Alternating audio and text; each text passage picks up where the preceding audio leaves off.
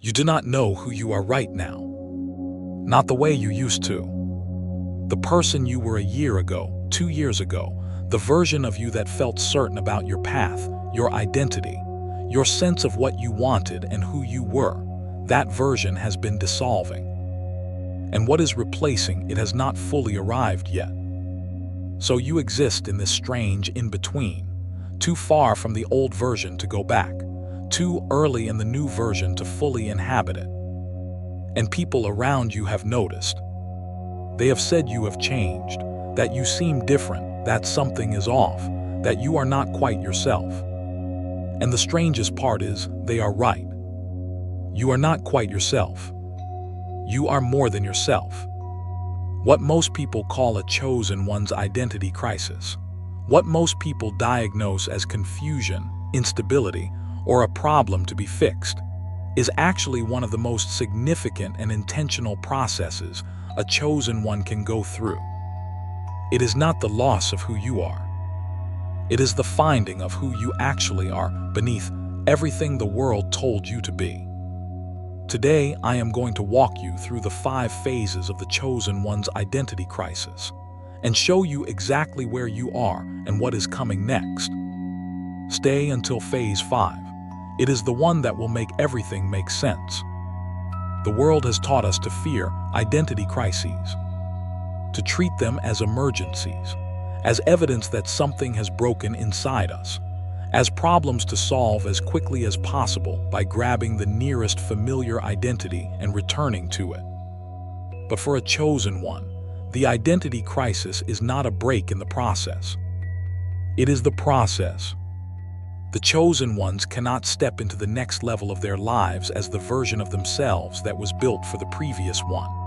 The new level requires a new container, a new identity, a new self-understanding, a new relationship with who they are and what they are capable of.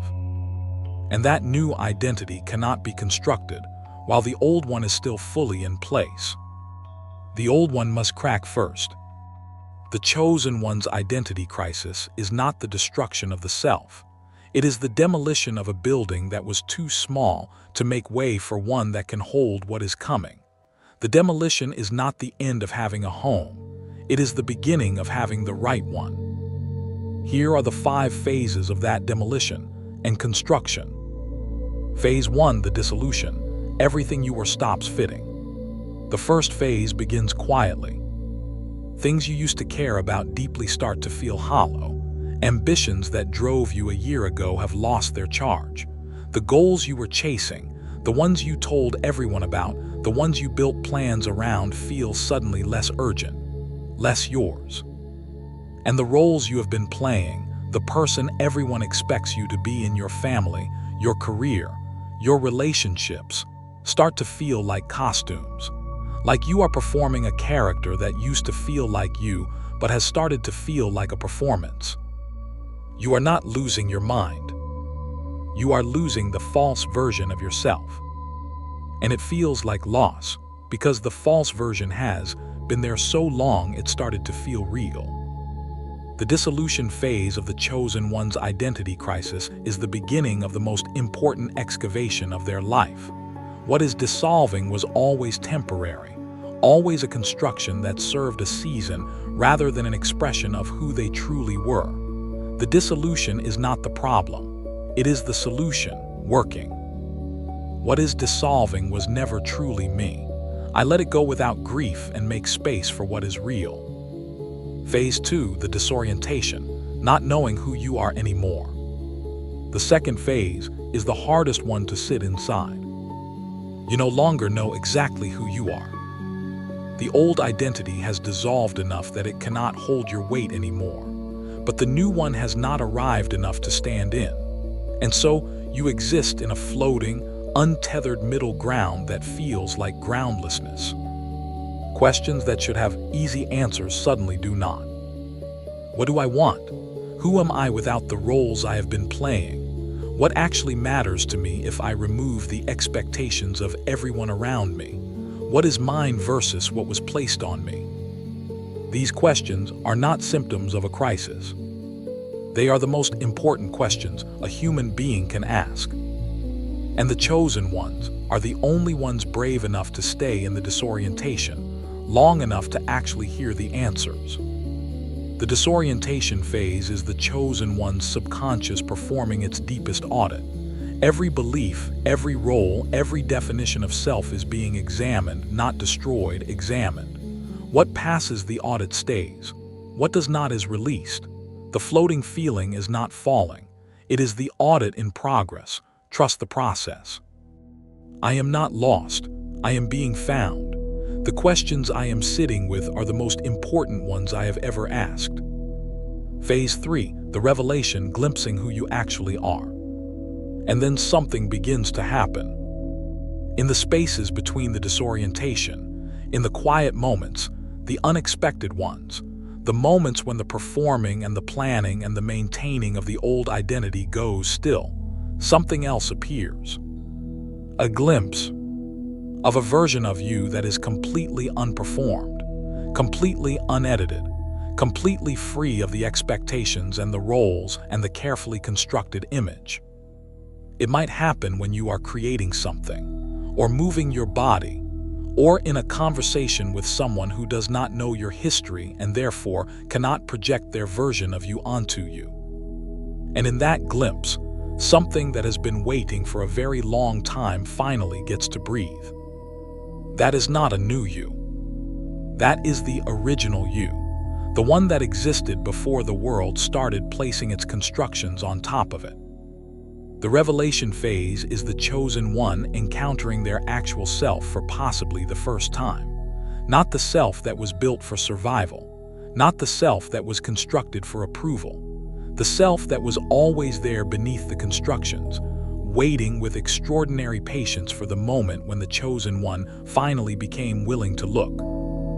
In the quiet between the performances, I can see who I actually am, and who I actually am is extraordinary. Phase 4, the integration, choosing what to keep. The fourth phase is where the chosen one becomes an active participant in their own reconstruction. The old identity has been audited, the true self has been glimpsed, and now comes the deliberate, conscious work of choosing.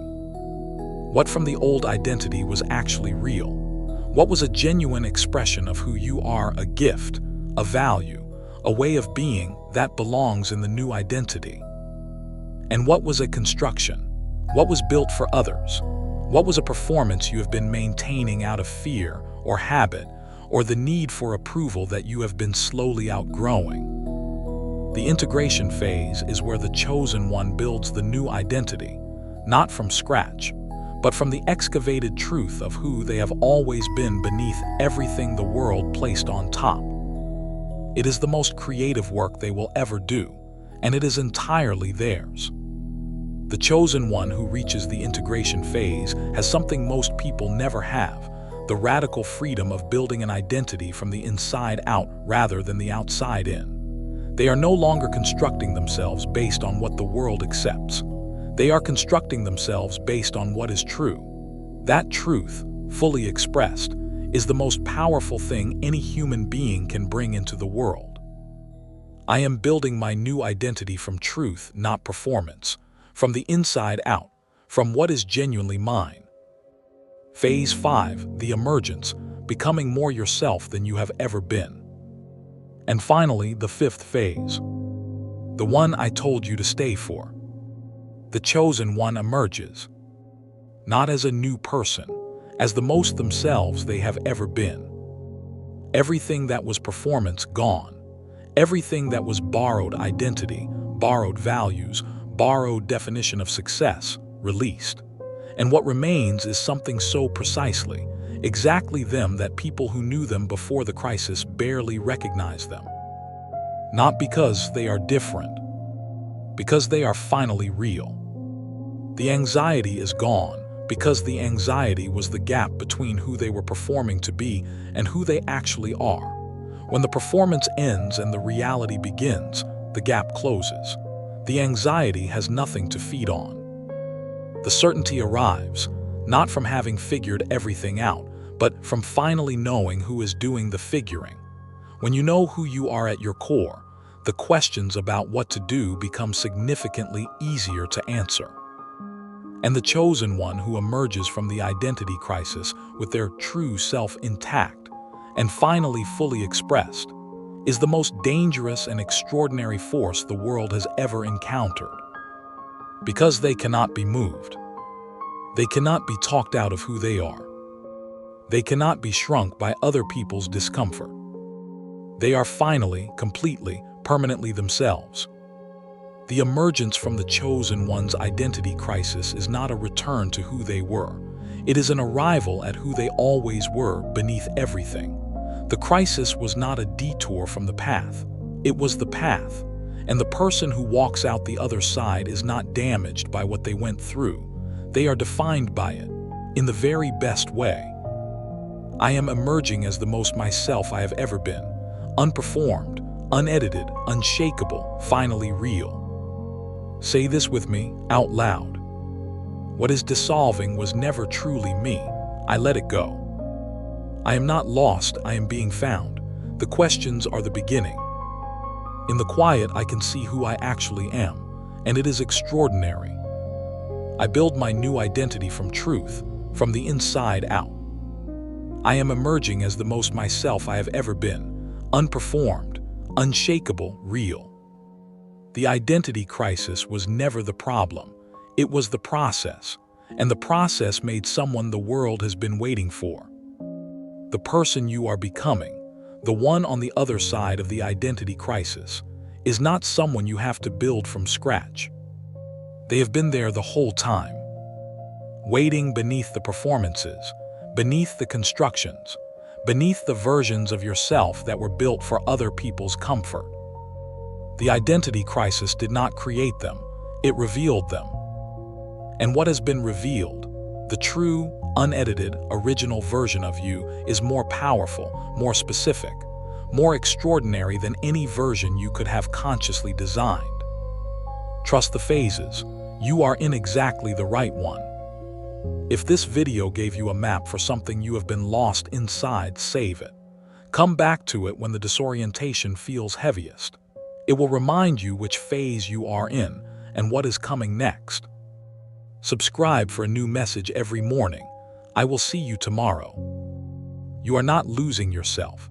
You are finally finding yourself. And what you find is worth every moment of the search.